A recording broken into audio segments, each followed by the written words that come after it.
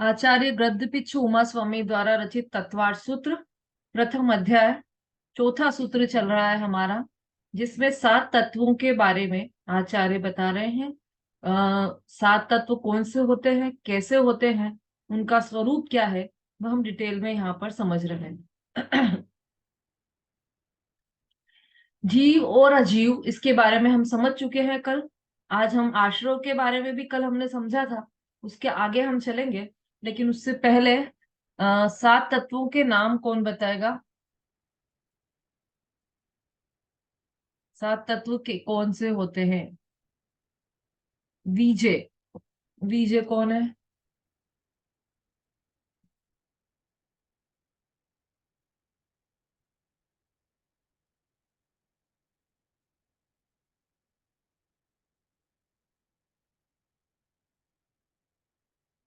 हाँ, अनम्यूट हो गया है आपका, बोलिए।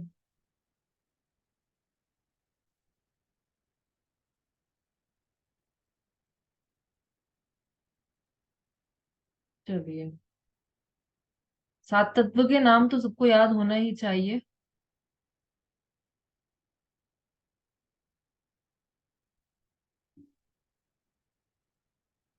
शीला जी। हाँ, जय जिनेन्द्र दीदी।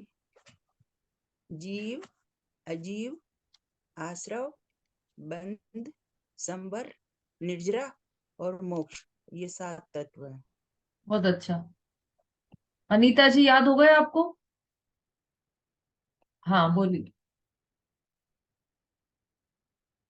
जीव, अजीव, आश्रव, बंध, समर, निर्जरा, मोक्ष। निर्जरा और मोक्ष, ये 7 तत्व हैं। इन्हीं का मोक्ष। स्वरूप हम समझ रहे हैं अभी, इन्हीं 7 तत्वों का। कल जीव और अजीव के बारे में बताया था। जीव किसे कहते हैं?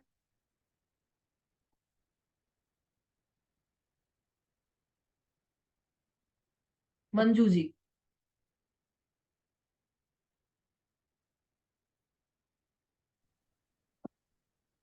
जय जिनेन्द्र दीदी। हम्म। जीव और आत्मा एक ही बात होती है, और जिसमें ज्ञान दर्शन होता है वो जीव होता है। हाँ, ठीक है। अजीव तत्व किसे कहते हैं, प्रमोद बालाजी? जिसमें जानने देखने की शक्ति नहीं होती, वो अजीव तत्व है। ठीक है। आश्रव किसे कहते हैं?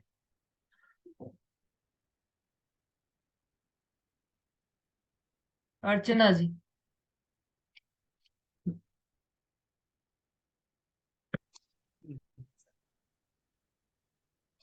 जिन मोह राग देश रूपी भावों के निमित्त से ज्ञान मरणादि कर्म आते हैं, उन्हें मोह राग देश रूप भावों को आश्रव कहते हैं। हाँ, ठीक है। चलिए, और कौन बता सकता है आश्रव के बारे में? वीना जी, बोली। जय जिनेन्द्र दीदी। हम्म। आश्रव कर्मों के आने को कहते हैं। कर्म जो हमारे साथ चले आ रहे होते हैं तो आश्रव से ही होता है, और आश्रव भावों द्वारा होता है, चाहे अच्छे भाव हो चाहे बुरे भाव हो।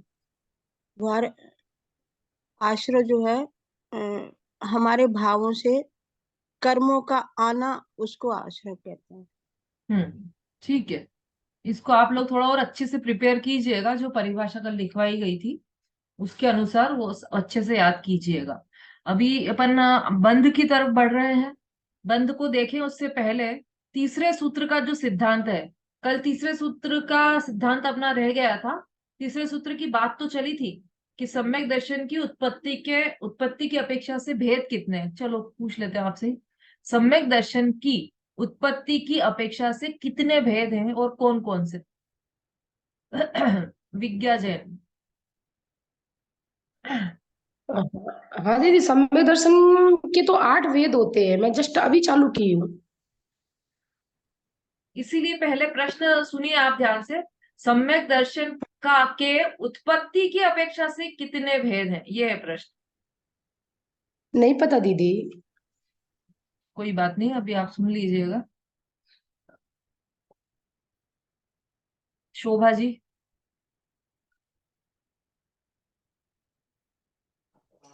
सब जय जिनेन्द्र दीदी। हाँ, सम्यक दर्शन की उत्पत्ति की अपेक्षा से उसके दो भेद हैं, निसर्जज निसर्गज और अधिगमज, ऐसे दो भेद हैं। बहुत बड़े, बिल्कुल सही बताया आपने। सभी ध्यान रखिए इस उत्तर को। उत्पत्ति की अपेक्षा से सम्यक दर्शन के दो भेद है, निसर्गज और अधिगमन।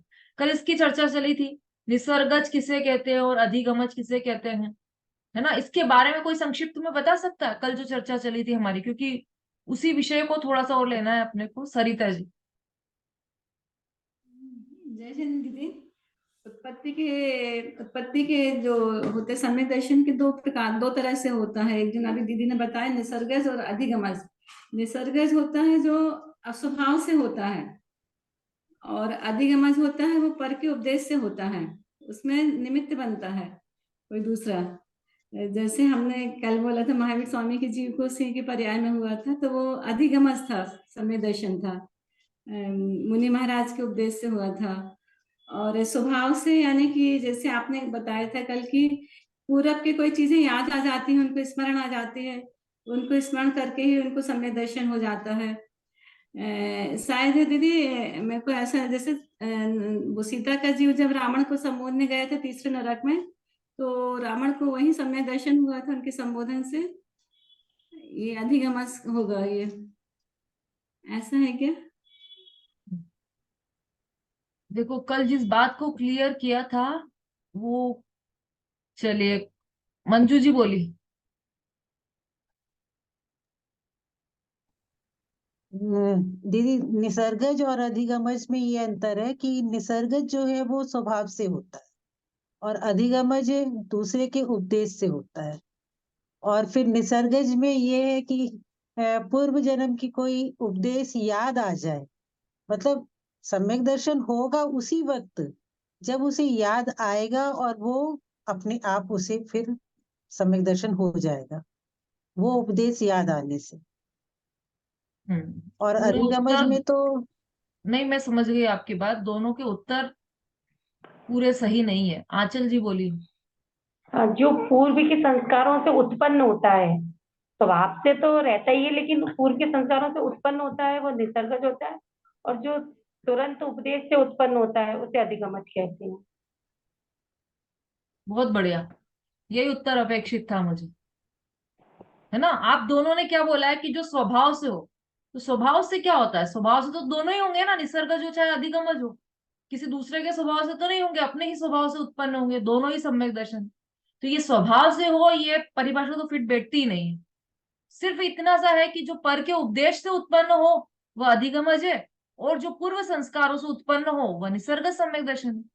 मतलब वर्तमान में डायरेक्ट हो। देखो, इसी को और स्पष्ट कर देते हैं। एक इसको अपन सरल उदाहरण से ऐसा समझ सकते हैं कि जैसे कांटा होता है ना, कांटा, पैर में कांटा चुभ जाए, या कमल के साथ जो कांटा होता है ना, तो वो कांटा चुभता है। तो उस कांटे की जो नोक है, उसको कौन से शार्पनर से शार्प किया है अपन ने, किस ब्लेड से छीला है उसको, उसकी नोक ऐसी कैसे हो गई कि वो अपने आप ही ऐसी है। ठीक।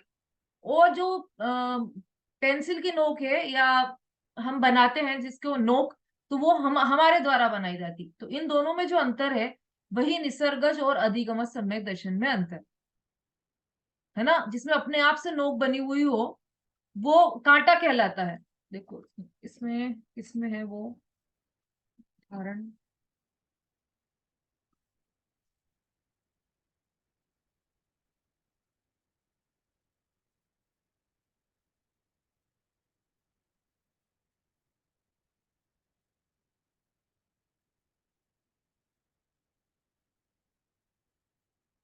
कहीं तो भी पढ़ा है मैंने। हम्म बाण, बाण होता है ना, बाण, धनुष और बाण। तो वो जो बाण है उसकी धार बनाई जाती है, स्वयं बनी नहीं होती है। और कांटे की नोक स्वाभाविक होती है। ये दोनों में अंतर होता है ना। बाण की धार को बनाने के लिए किसी की आवश्यकता होती है, किसी पर वस्तु की, किसी औजार की आवश्यकता है। ऐसे ही जो सम्यक तो उत्पन्न हुआ वह उसमें किसी की आवश्यकता पड़ी, किसी के उपदेश की आवश्यकता पड़ी, तो वह हो गया अधिगम सम्यक दर्शन।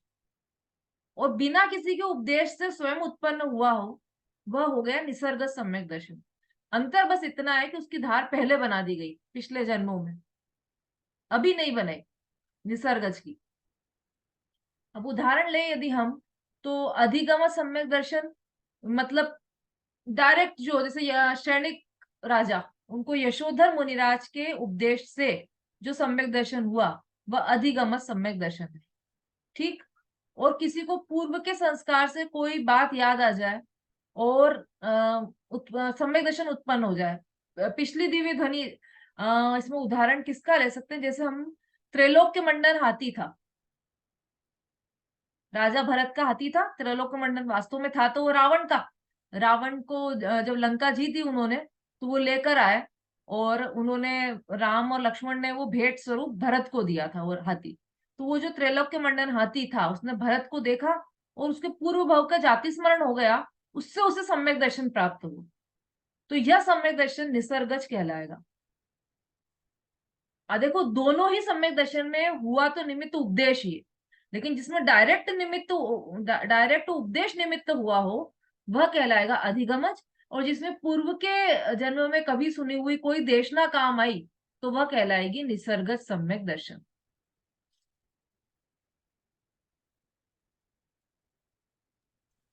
दीदी, हाँ, महावीर स्वामी जब शेर की पर्याय में थे, तो मुनि महाराज को जब उन्होंने देखा तो वो निसर्ग जी कहलाएगा सम्यक दर्शन। मुनिराज को सिर्फ देखा नहीं उन्होंने, उनका उपदेश भी सुना और उस उपदेश से सम्यक दर्शन हुआ तो अधिगम सम्यक दर्शन हो गया। डायरेक्ट सुनकर हुआ ना उसी भाव में, तो वो अधिगम सम्यक दर्शन हो गया। मैंने गोधा जी का वो सुना था, ये वाली बात। तो उन्होंने हाँ, कहा कि मुनि महाराज जब आए तो उन्होंने कोई उपदेश दिया हो, ऐसा तो नहीं होगा कि और कोई शेर उनके उपदेश को ग्रहण कर ले, ऐसा भी नहीं होगा। उन्होंने ये बात बोली थी कि तो वो मुझे लगा कि ऐसे निसर्ग जी हुआ होगा, उनको देख के शायद उन्हें याद आ गई हो। देखो शेर होते हैं ना, शेर संगी पंचेंद्री जीव है ना। हम्म। युगल जी बाबू जी का एक स्लोगन है कि जिसको मूंगफली छील कर खाना याद हो वो सम्यक दर्शन प्राप्त कर सकता है। इसका अर्थ वो क्या हुआ कि जो संगी पंचेंद्रीय जीव है वो सम्यक दर्शन प्राप्त कर सकता है। अब जो शेर है, सर्कस में अपन शेर के खेल देखते हैं, तो वो जो सिखाने वाला होता है ना शेर को, वो उसका मास्टर, वो क्या ऐसे रिंग पकड़कर खड़ा हो जाता है और कि इस और डंडा ऐसे करता है, तो वो समझ जाता है कि उसको क्या करना है, तो इसमें से निकलना है। फिर उसमें आग लगा दी तो आग में से निकलना है, फिर इधर से घूमकर वापस आओ। ये सब चीजें वो अपने आप कर लेता है। कैसे कर लेता है? उसका क्षयोक्षम इतना रहता है, क्षयोक्षम का उगाड़ इतना रहता है, तो उसमें ग्रहण करने की शक्ति है। इसलिए शेर के जीव में पूरी शक्ति थी कि वो मुनिराज का उपदेश ग्रहण कर सके। जी दीदी। है ना, ऐसा नहीं है कि वो असंगी थोड़ी था। वो शेर का जीव संगी और पंचेंद्रिय था, तो उसमें पूरा और असंख्य तिर्यंच हैं जिनको सम्यक दर्शन हो गया है। मनुष्य से ज्यादा तिर्यंच है। स्वयंभू रमन समुद्र तक में असंख्य सम्यक दृष्टि जीव हैं, सब तिर्यंच है वो। तो तिर्यंच को पूरी योग्यता होती है कि वो सम्यक दर्शन प्राप्त कर सके, तो इसलिए वो सम्यक दर्शन प्राप्त किया। और ये भी योग्यता होती है तिर्यंच को कि वो उपदेश ग्रहण कर सकता है, जिसने जैसा सिखाया। अभी देखो आप कुत्ते रहते हैं, उनको जैसा जैसा सिखा दे मालिक वैसा सीख जाते हैं। सुबह उठ के ब्रश करना है, खुद कुत्ता उठ के ब्रश कर रहा है, फिर मालिक के लिए मुंह में पेपर पकड़ कर लाता है, पेपर देता है, फिर मालिक के लिए ट्रे में वो चाय लेके जाता है। सब वीडियोस आते हैं ना। इतना दिमाग कहाँ से चल गया कुत्ते का कि वो संगी पंचेंद्रिय जीव है। हम्म। तो उसमें उपदेश सुनने की और समझने की ताकत है, दोनों ताकत। तो इसलिए जो वहां पर जो मुनिराज आए थे दोनों, उनका उपदेश सुनकर उस सिंह को सम्यक दर्शन हुआ था। ठीक है, अभी इसको और क्लियर करने के लिए अपन ये वाला पैराग्राफ पढ़ते हैं। पेज नंबर 18 पर निकाल लीजिए तीसरे सूत्र का सिद्धांत।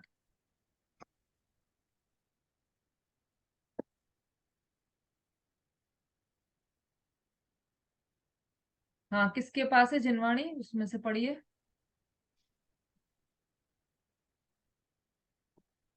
हाँ तीसरे पढ़िए, सूत्र का सिद्धांत। प्रमोद बालाजी। तीसरे सूत्र का सिद्धांत, जीव को अपनी भूल के कारण अनादिकाल से अपने स्वरूप के संबंधों में भ्रम बना हुआ है, इसलिए उस भ्रम को स्वयं दूर करने पर सम्यक दर्शन उत्पन्न होता है। जीव जब अपने सच्चे स्वरूप को समझने की जिज्ञासा करता है, तब उसे आत्मज्ञानी पुरुष के उपदेश का योग मिलता है। उस उपदेश को सुनकर जीव अपने स्वरूप का यथार्थ निर्णय करे तो उसे सम्यक दर्शन होता है। किसी जीव को आत्मज्ञानी पुरुष का उपदेश सुनने पर तत्काल सम्यक दर्शन उत्पन्न होता है, और किसी को उसी भाव में दीर्घ काल में अथवा दूसरे भाव में उत्पन्न होता है। जिसे तत्काल सम्यक दर्शन उत्पन्न होता है उसे अधिगमज सम्यक दर्शन हुआ कहलाता है, और जिसे पूर्व के संस्कार से उत्पन्न होता है उसे निसर्गज सम्यक दर्शन हुआ कहलाता है। कोई जीव अपने आप शास्त्र पढ़कर या अज्ञानी का उपदेश सुनकर सम्यक दर्शन को प्राप्त कर ले, ऐसा कभी नहीं हो सकता है। देशनालब्धि के विषय में सब प्रश्नों का संपूर्ण समाधान वाला लेख देखो। आत्मधर्म वर्ष 6वां अंक। जैसे वैद्यकीय ज्ञान प्राप्त करना हो तो वैद्य के ज्ञानी गुरु की शिक्षा से वह प्राप्त किया जा सकता है, वैद्यक के अज्ञानी पुरुष से नहीं। उसी प्रकार आत्मज्ञानी गुरु के उपदेश द्वारा सम्यक दर्शन प्राप्त किया जा सकता है। आत्मज्ञानहीन अज्ञानी गुरु के उपदेश से वह प्राप्त नहीं किया जा सकता। इसलिए सच्चे सुख के इच्छुक जीवों को उपदेश का चुनाव करने में सावधानी रखना आवश्यक है। जो उपदेश का चुनाव करने में भूल करते हैं वे सम्यक दर्शन को प्राप्त नहीं कर सकते, यह निश्चित समझना चाहिए। उपदेशक, उपदेश नहीं उपदेशक है ये। उपदेशक अर्थात उपदेश देने वाला। तो उपदेशक के चुनाव करने में भूल नहीं करना चाहिए। क्यों? क्योंकि उपदेश तो जो है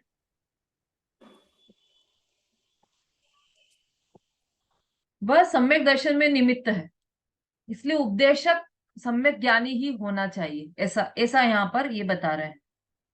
ठीक है, अब इसमें देखो, जैसे किसी को वेद्य की शिक्षा प्राप्त करनी हो तो वो वेद्य के जानकार, जो दवाइयों का जानकार है, उसी गुरु से शिक्षा प्राप्त करेगा। जिसको जानकारी ही नहीं है उनसे क्या शिक्षा प्राप्त करेगा? यदि उनसे शिक्षा प्राप्त करेगा तो वेद्य की शिक्षा सीख ही नहीं पाएगा। इसी तरह से जो आत्मज्ञानी पुरुष है, जिनको स्वयं वो कला याद है, वही जीव आपको वह कला सिखा सकते हैं। इसलिए आत्मज्ञानहीन गुरु के उपदेश से वह प्राप्त नहीं किया जा सकता। ऐसा ऐसा ये विधान है, विधि का विधान है ये, कि ज्ञानी जीव के की देशना से ही सम्यक दर्शन प्राप्त होगा। अब इसमें दो बातें लिखी गई हैं। एक तो ये कि किसी जीव को आत्मज्ञानी पुरुष का उपदेश सुनने पर तत्काल सम्यक दर्शन उत्पन्न होता है। तो ये कौन सा हो गया? किसी जीव को आत्मज्ञानी पुरुष का उपदेश सुनने पर तत्काल सम्यक दर्शन उत्पन्न होता है। तो ये कौन सा वाला हो गया सरिता जी? दीदी ये अधिगम सम्यक दर्शन हो गया। हाँ बिल्कुल ठीक, ये अधिगम सम्यक दर्शन हो गया। और किसी को उसी भाव में दीर्घ काल में अथवा दूसरे भाव में उत्पन्न होता है, उसी भाव में भी हो सकता है। जैसे आज सुना हमने किसी से प्रवचन सुनने, आज ज्ञानी गुरु से, किसी भी ज्ञानी गुरु से आज हमने उनका स्वाध्याय सुना, और उसके बाद बीच में हम दूसरे दूसरे सुनते रहे, लेकिन 50 साल बाद एकदम ध्यान आया किसी की बात सुन के। जैसे यहाँ पाठशाला चल रही तो पाठशाला सुनते सुनते ध्यान आया कि अरे ये बात तो गुरुदेव ने भी कही थी, ये बात तो वहां पे भी थी। और ऐसे ध्यान आया और उस बात को लिंक किया, जोड़ा आपस में दोनों को, और उस जोड़कर उसका ज्ञान हुआ जो पूर्व में सुनी थी देशना, वो सुनी और सम्यक दर्शन हो गया। तो ये अधिगम सम्यक दर्शन कहलाएगा, भले उसी भाव में हुआ, लेकिन ये अधिगम सम्यक दर्शन कहलाएगा, निसर्ग सम्यक दर्शन कहलाएगा, है ना। किसी को उसी भाव में दीर्घ काल में अथवा दूसरे भाव में, या तो दूसरे भाव में हो जाए या 50 साल बाद हो, तो वो सब दोनों निसर्ग सम्यक दर्शन कहलाएंगे। ठीक है, समझ में आ रहा है निसर्गज और अधिगम सम्यक दर्शन का स्वरूप। मुख्य बात इतनी है दोनों में, दोनों ही सम्यक दर्शन में जो कॉमन बात है यह कि सम्यक दर्शन में कुछ भी किंचित मात्र भी भेद नहीं है, चाहे निसर्गज हो चाहे अधिगमज हो। दोनों ही सम्यक दर्शन आत्मदर्शन को प्रदान करते हैं। दोनों ही सम्यक दर्शन की क्वालिटी सेम है, दोनों ही सम्यक दर्शन की क्वांटिटी सेम है, दोनों ही सम्यक दर्शन का तरीका सेम है। मतलब आत्मानुभूति वाला सम्यक दर्शन, उत्पत्ति के तरीके की बात नहीं, लेकिन जो सम्यक दर्शन का तरीका है, जो आत्मानुभूति का तरीका है, वह तो दोनों में ही सेम, उसमें किंचित मात्र भी डिफरेंस नहीं। ये तो केवल जो निमित्त है उसकी अपेक्षा से यहाँ पर ये बताया गया है।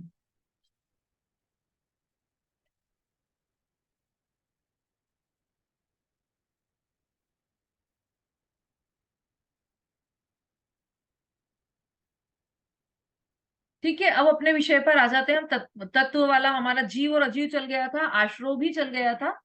अब ये जो आश्रव है इसके दो भेद बताए थे, पुण्य पुण्य आश्रव और पाप आश्रव। और भी दूसरे तरीके से दो भेद बताए थे, भावाश्रव और द्रव्याश्रव। तो पहले हम ये वाला स्टाइल लेकर चलते हैं, द्रव्याश्रव भावाश्रव, क्योंकि ये तो बाकी के पांचों तत्वों में लागू होगा, इसलिए पहले इसको क्लियर कर लेते हैं, फिर पाप और पुण्य पर आएंगे। चलिए, तो पहले सबसे पहले भाव आश्रव और द्रव्याश्रव दो हमने देखा था। अब अगला भाव बंध और द्रव्य बंध। आपने जो डायग्राम कल बनाया था उसमें से आप देखते जाइए और टिक करते जाइए, है ना। उस डायग्राम में से पहला हो गया आपका।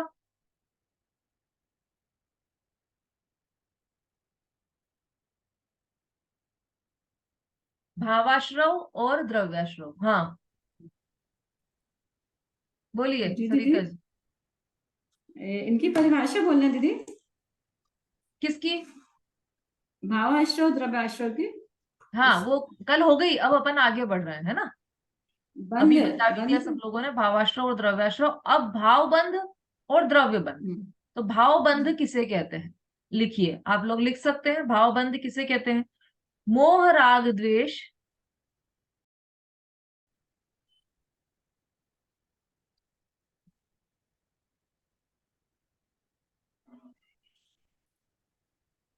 मोह राग द्वेष पुण्य पाप आदि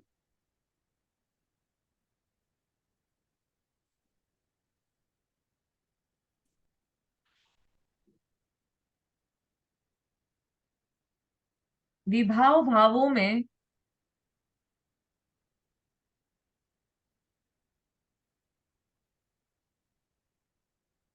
आत्मा का रुक जाना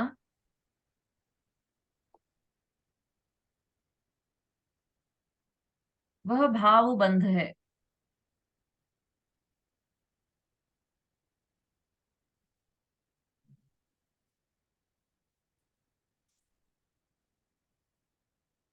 द्रव्य बंध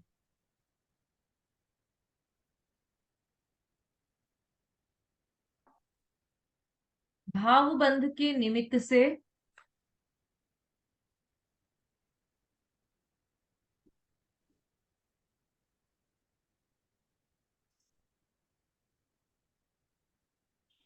कारमाण वर्गणा रूप कारमाण, जो कर्मों से बनी होती है ना, वह कारमाण, कारमाण वर्गणा रूप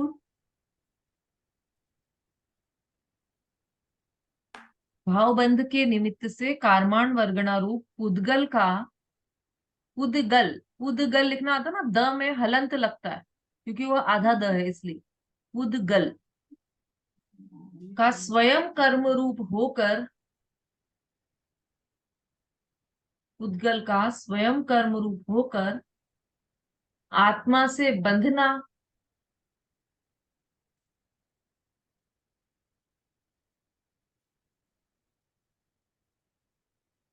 वह द्रव्य बंध है।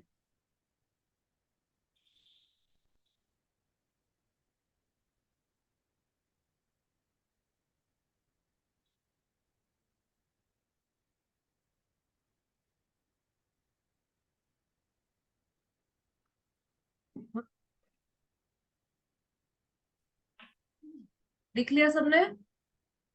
जब इसको हम समझ लेते हैं, देखो बंध भी दो प्रकार का, आश्रव जिस तरह से दो प्रकार के थे, ऐसे बंध भी दो प्रकार का है। अब प्रश्न है पहले मेरा एक आपसे, कि जो कल द्रव्य आश्रव पढ़ा था हमने वो, और आज द्रव्य बंध पढ़ रहे हैं हम वो दोनों ही कौन सा द्रव्य है?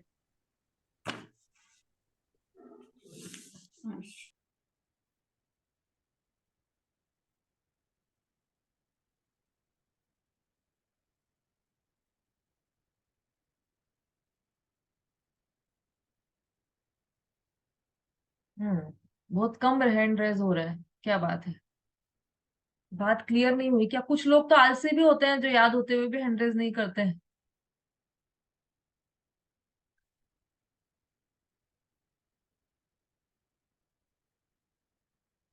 5, 10 और 2, 5 या 15 लोगों का हैंड रेज हुए।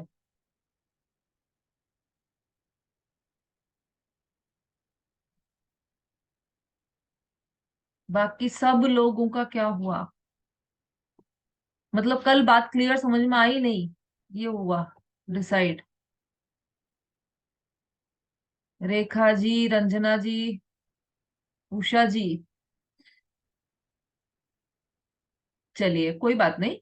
देखो अभी हम किसी से पूछते हैं तो आपको समझ में आ जाएगा, बाकी सब लोग ध्यान से सुनिएगा बस, नहीं तो फिर ऐसे रोज पूछते जाएंगे और रोज ध्यान से नहीं सुनेंगे आप तो फिर याद नहीं होगा।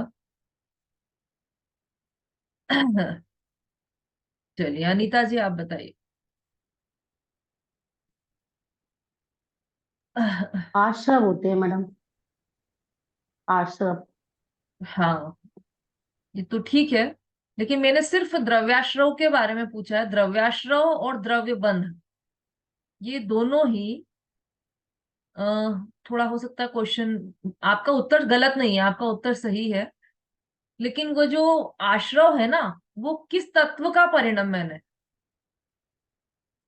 केवल द्रव्याश्रव के बारे में पूछ रही हूँ। हम्म, संगीता जी।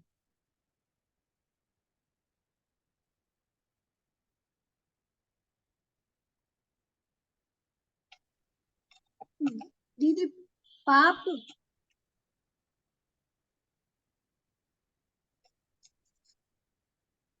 चलो एक और पूछ लेते हैं, चलिए अनुज जी। दीदी जय जिनेंद्र, हाँ जी, ये पुद्गल द्रव्य है। बिल्कुल सही। कल भी शायद इन्होंने ही जवाब दिया था, आज भी इन्होंने ही जवाब दिया है। ये जो द्रव्याश्रव और द्रव्य बंध है, ये पुद्गल द्रव्य का परिणमन है। दोनों में ही ना ज्ञानावर्णादि कर्म, तो ये ज्ञानावर्णादि कर्म पुद्गल द्रव्य है, जीव द्रव्य नहीं है ना। धर्म द्रव्य आकाश द्रव्य नहीं है ये ज्ञानावर्णादि कर्म।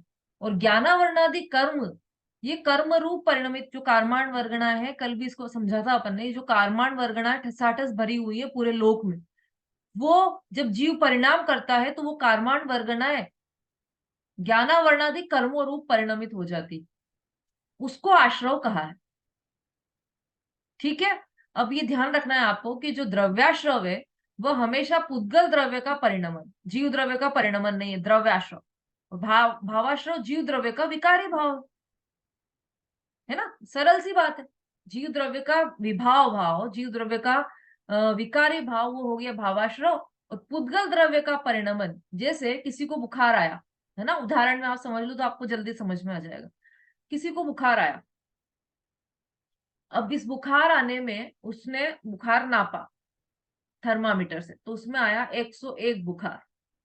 ठीक है, अब ये जो बुखार आया है, इस बुखार की जानकारी हमें लेना है, तो दो तरीके से हमको बुखार बुखार दिखाई दे रहा है।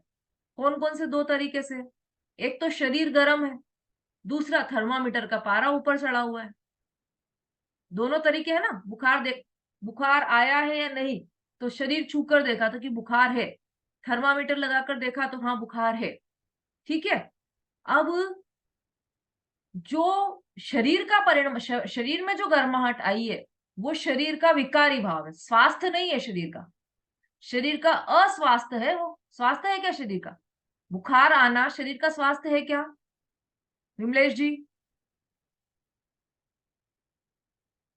उपयोग इधर ही रखिए आप। देखो फिर से बोल रही हूं मैं, शरीर में बुखार आना शरीर का स्वास्थ्य है या शरीर का विकार है? शरीर का स्वास्थ्य है ना।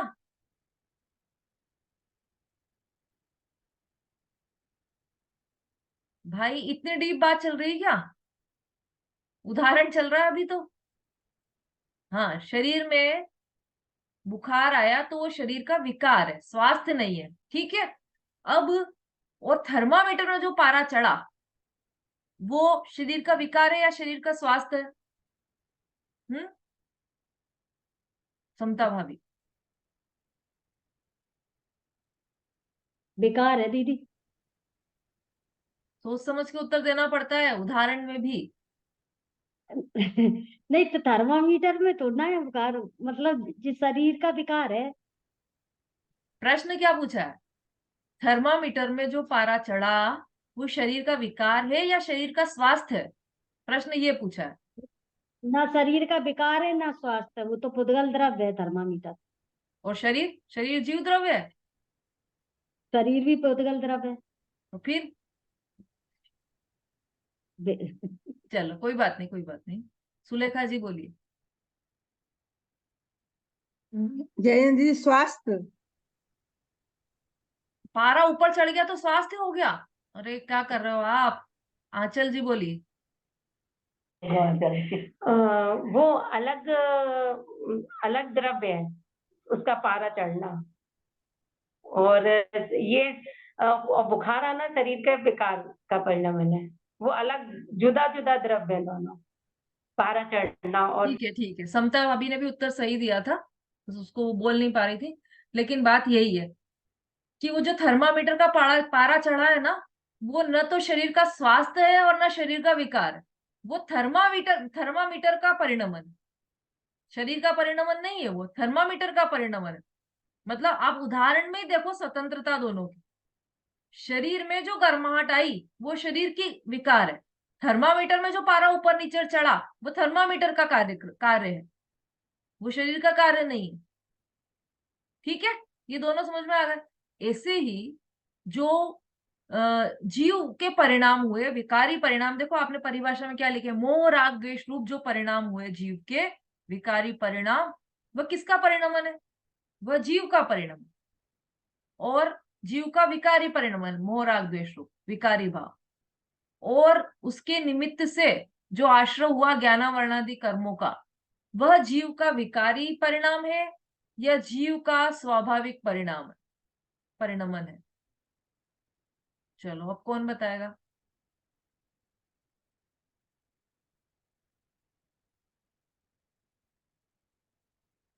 सुशीला आंटी।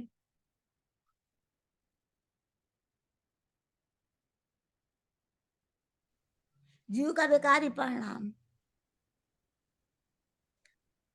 विमलेश जी। वैभाविक परिणमन है दीदी, जीव का। आज आपको उपयोग लग नहीं रहा है विमलेश जी, घर में कुछ लड़ाई हुई है शायद। चलिए और कौन बताएगा?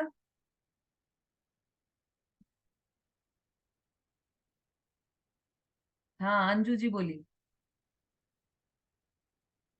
जय जिनेन्द्र दीदी, वो अलग है, वो पुद्गल का परिणामन है, वो पुद्गल का परिणामन है, वो हाँ अलग है। सही उत्तर दिया आपने। भाई अभी तो उदाहरण में समझा अपन ने, ये जो कर्मों का आश्रय हुआ, कर्म ज्ञानावर्णादि रूप परिणमित हुई कर्माण वर्गणाएं, वो जीव का परिणमन ही नहीं है। विकारी और स्वाभाविक की तो बात ही दूर की है, जीव का परिणमन ही नहीं है, वो तो पुद्गल का परिणमन है। अभी तो अपन ने उदाहरण में देखी है ये बात, है ना? आया समझ में? जो परिणमन विकारी परिणमन जीव के मोह राग द्वेष रूप हो रहा है वो जीव का परिणमन, और जो ज्ञानावर्णादिक रूप कर्मों का परिणमित होना वह पुद्गल का परिणमन है, वह कर्मों का परिणमन है, वह पुद्गल का परिणमन। इतना अंतर दोनों में ध्यान रखना हमेशा। तो ये हमने बंध की परिभाषा